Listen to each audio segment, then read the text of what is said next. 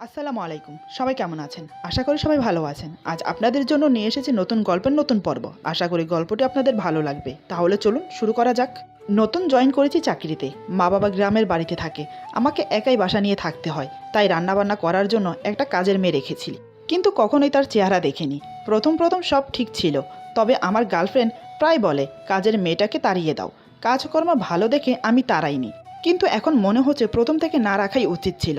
এখন তাড়াতে চাইলেও মেটা যায় না, যেন আমার মাথায় জাকিয়ে বসেছে। একদিন এমন একটা ঘটনা ঘটল যার জন্য আমি রীতিমতো অবাক। এরপর যা হলো। আমার নাম মোহাম্মদ শোয়েব সিদ্দিকী। ফ্যামিলিতে মা বাবা আর আমি। বাবা মা গ্রামের বাড়িতে থাকে। বাবা একজন কলেজ টিচার, এখন রিটায়ার করেছে। আমি পড়াশোনা কমপ্লিট করে বড় একটা কোম্পানিতে চাকরি পেয়েছি। চাকরির সূত্রে আমাকে ঢাকা থাকতে হয়। তবে আমি কলেজ ইউনিভার্সিটি ঢাকায় কমপ্লিট করেছি।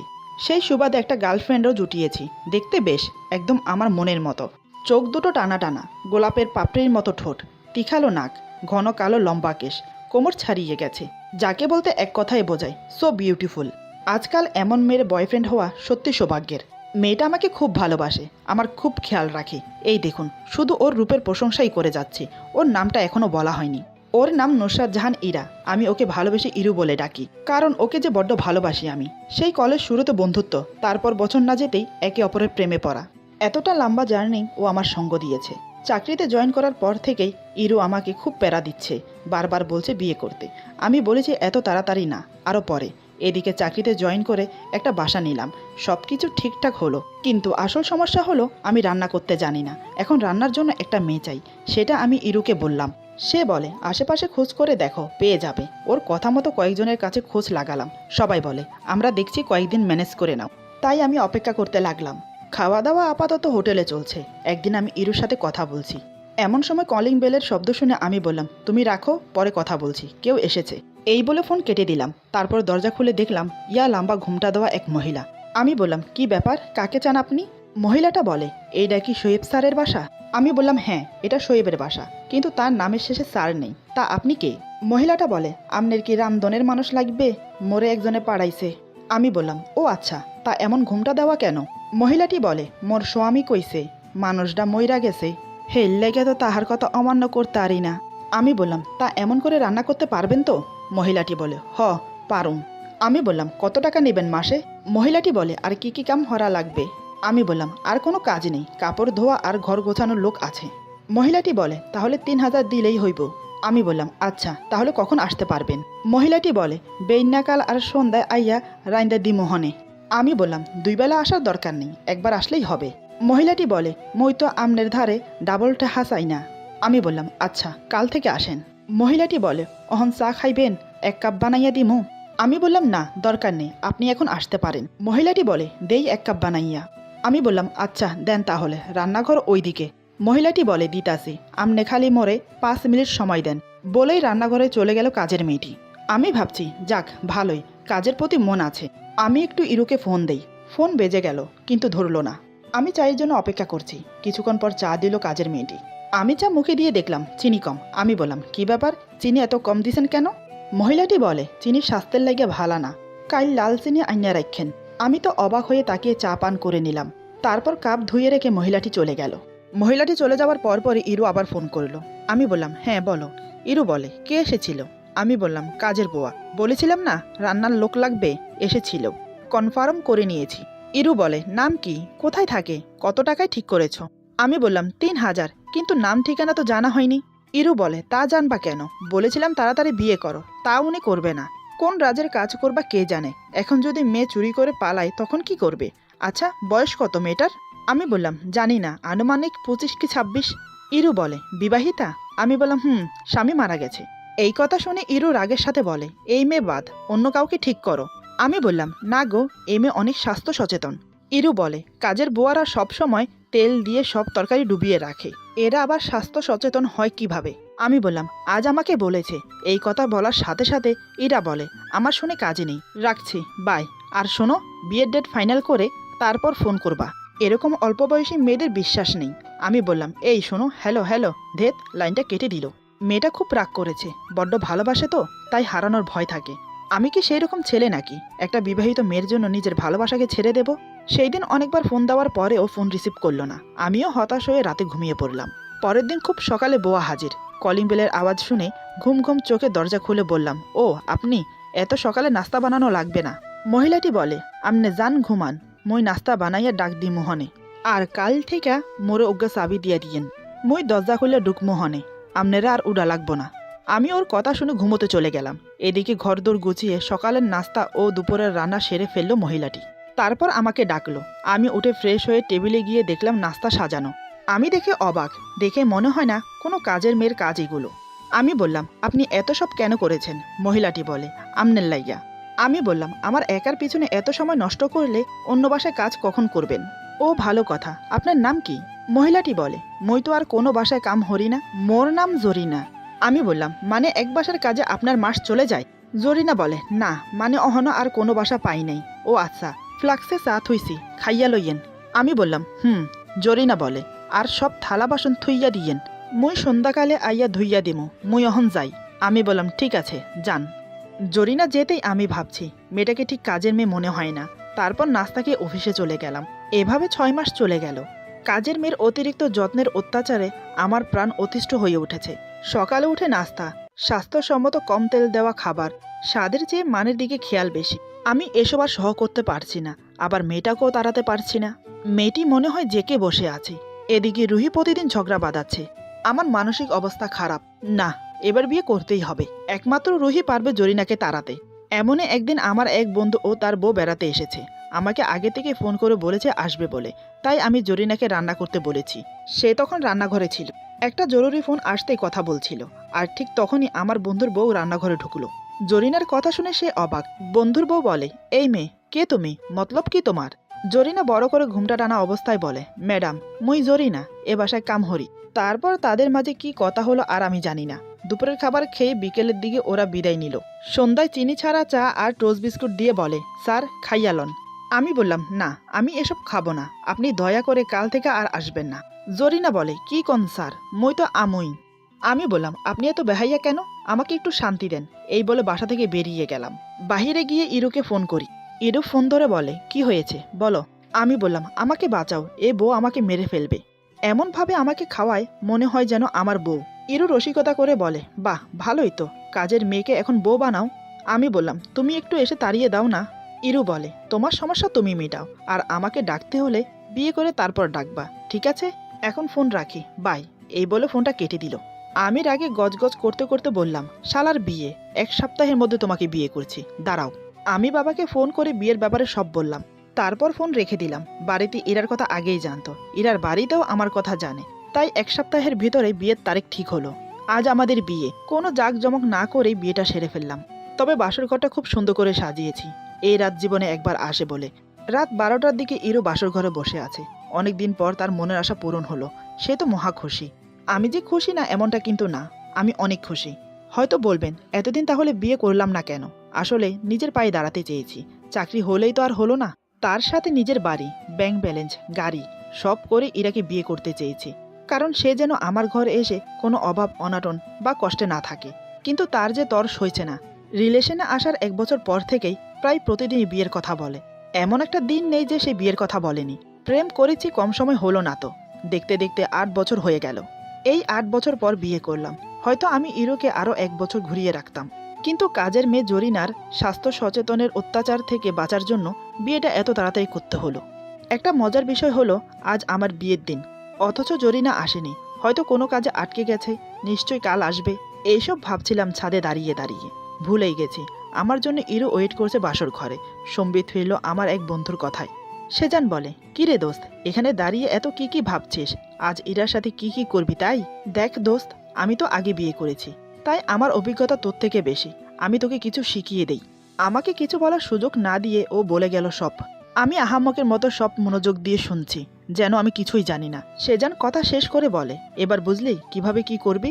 আমি বললাম, বুঝলাম, বুঝিয়ে বলার জন্য ধন্যবাদ। এই বলে দাঁড়িয়ে রইলাম। সেজান বলে, আরে তুই এখনো দাঁড়িয়ে আছিস? বুঝেছিস যখন, তাহলে যা বাসর ঘরে। এমনিতেও ইরাকে 7-8 বছর অপেক্ষা করিয়েছিস। বাসরাতে অন্তত একটু তাড়াতাড়ি যা, তা না হলে কিন্তু আজ বাসরাত করতে দেবে না তোকে। আমি বললাম, তুই ঠিক বলেছিস, এমনিতে মেয়েটা যে রাগী, আজ রাতে রাগলে আমাকে বারান্দায় ঘুমোতে দেবে। চল নিচে যাই। এই বলে নিচে চলে এলাম। এখানে এসে আরেক বিপত্তি। বাসর ঘরের দরজার সামনে আমার বন্ধু দুজন তাদের বউ দাঁড়িয়ে আছে। আমি একটু ভ্রু কুঁচকে তাকালাম, তারপর বললাম, কি ব্যাপার সবাই এখানে, কি হয়েছে? আমার বন্ধু পিয়াস বলে, তেমন কোনো ব্যাপার না বন্ধু, বাসর ঘরে ঢুকতে হলে যে টাকা দিতে হবে, তা না হলে যে তুই আজ বাসর ঘরে ঢুকতে পারবি না। আমি একটু অবাকই হলাম, কারণ সব কিছুর অ্যারেঞ্জমেন্ট আমি করেছি, মাঝখান থেকে ওরা টাকা পাবে কেন?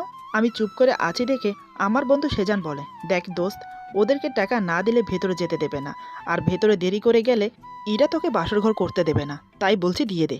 আমি 7-5 ভেবে ওদের চাহিদা অনুযায়ী টাকা দিয়ে দিলাম। তারপর অনুমতি পেলাম বাসর ঘরে প্রবেশ করতে। আমি রুমে প্রবেশ করে দরজা লাগিয়ে দিলাম। তারপর ধীরে ধীরে ইরুর কাছে গিয়ে বসলাম।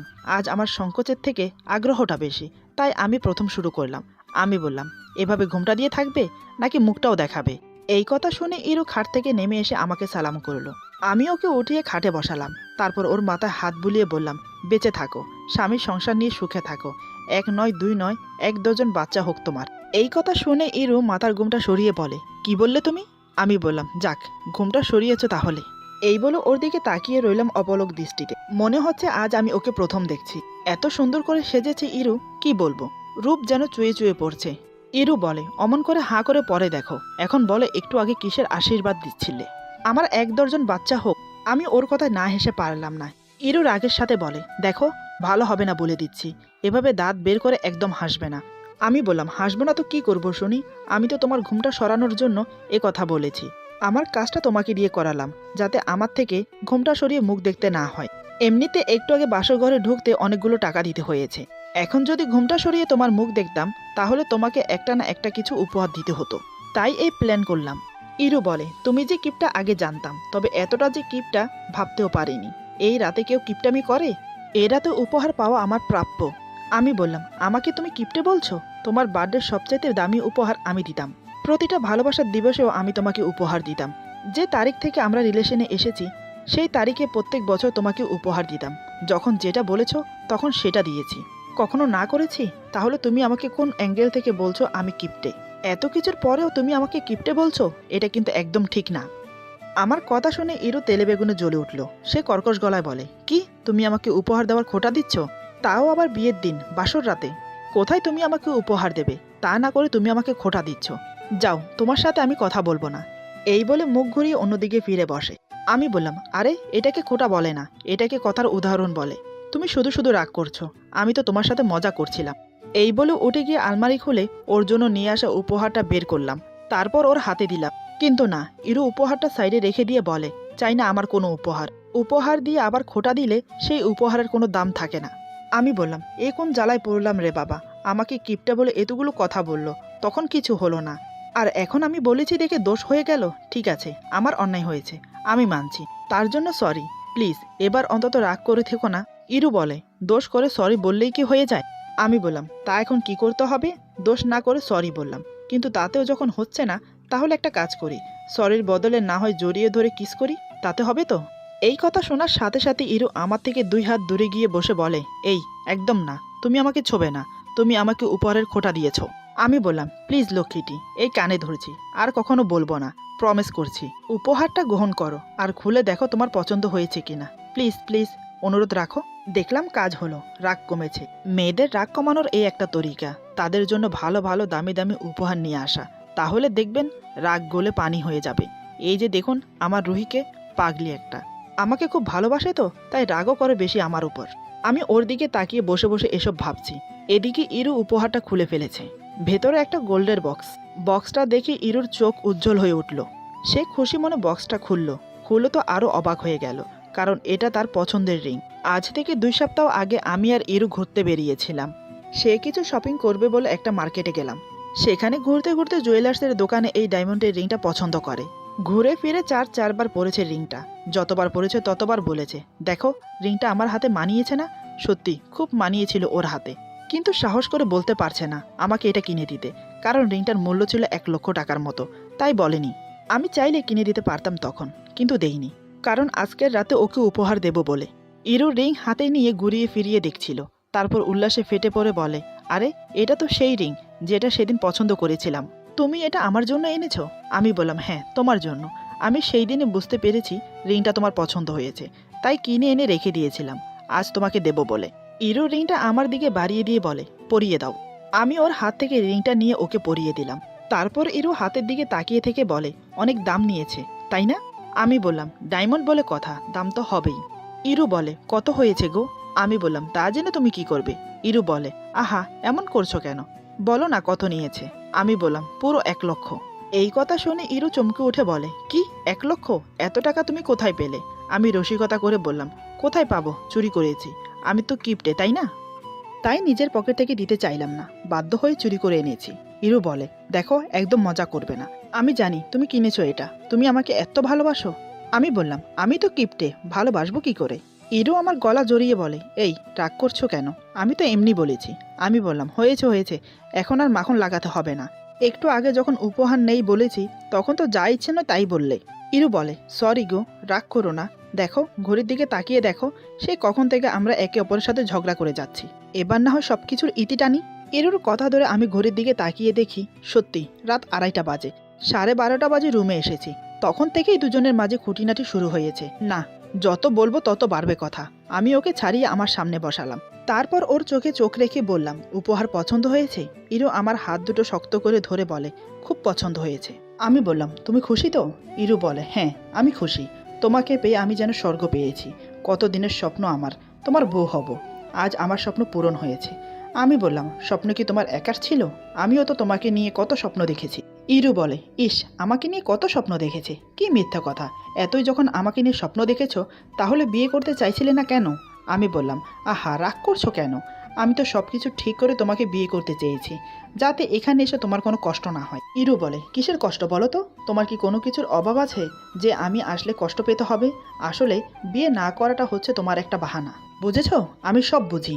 আমি বললাম, ক্ষমা করো লক্ষ্মীটি, এত সুন্দর বাসর ঘরে বসে তোমার সাথে তর্ক করতে পারবো না। এই রাত জীবনে একবার আসে, আর সেই রাত শুধু একে অপরকে ভালোবাসবো। তাই এখন চুপ করো, এখন আমাকে আমার কাজ করতে দাও। ইরু বলে, কি করবে তুমি? আমি বললাম, কি আর করব, যা একটানা 8 বছর প্রেম করে পাইনি, শুধু আশায় রেখেছো, আজ তারই ইতি টানবো। ইরু বলে, কিন্তু। আমি ওর মুখ চেপে ধরে বললাম, চুপ, একদম চুপ, অনেক বকবক করেছো, এখন আর না।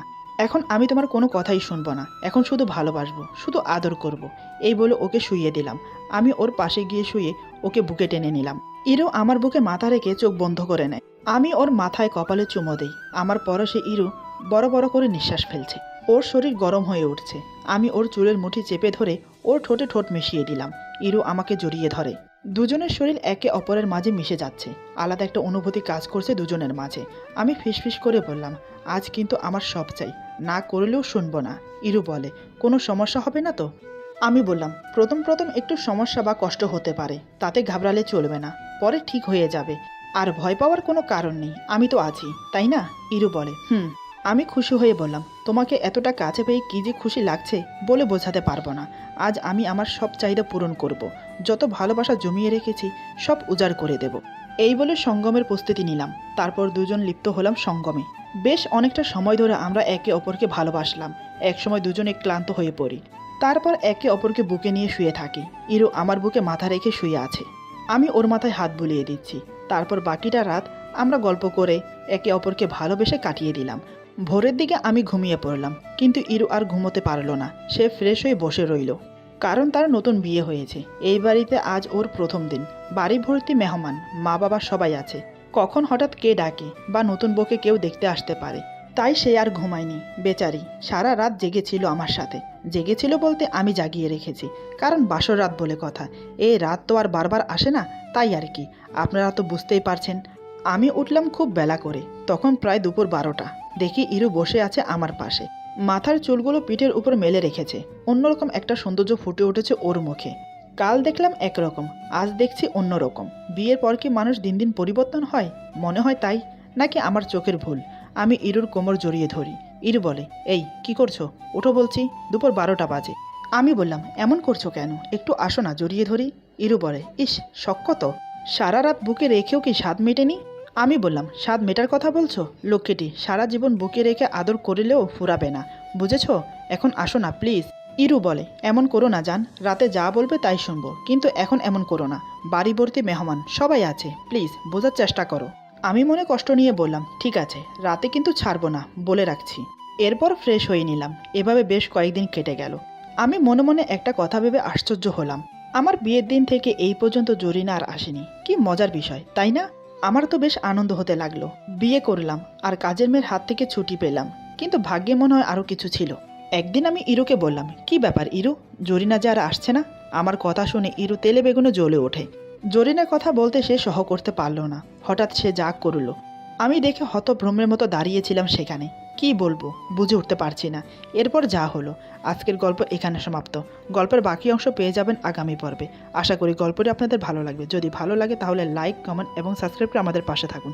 সবাই ভালো থাকুন। আল্লাহ হাফেজ।